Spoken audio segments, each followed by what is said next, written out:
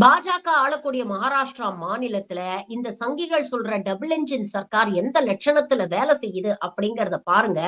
6 நாட்களுக்கு முன்னாலேயே மும்பை மெட்ரோ ஃப்ளைஓவர்ல முள்ளுண்டு பகுதியில ஒரு பெரிய கிராக் இருக்குன்னு அந்த பகுதியில் இருக்கக்கூடிய மக்கள் போய் கார்ப்பரேஷன்ல கம்ப்ளைண்ட் பண்ணியிருக்கிறாங்க. தொடர்ந்து அவங்க இந்த கம்ப்ளைண்ட்ட ரைஸ் பண்ணியிருக்கிறாங்க. எந்நேரத்திலும் இந்த கிராக் விரிஞ்சு அது இடிஞ்சு விழுறதுக்கான ஆபத்து, அபாயம் இருக்குன்னு சொன்னதுக்கு, உங்களுக்கு எதுவும் தெரியாது. எல்லாம் சரியா தான் இருக்கு. தேவையில்லாத வதந்திகள பரப்பாதீங்க அப்படின்னு சொல்லி அவங்க வாய அடைச்சு திருப்பி அனுப்பியிருக்கிறாங்க.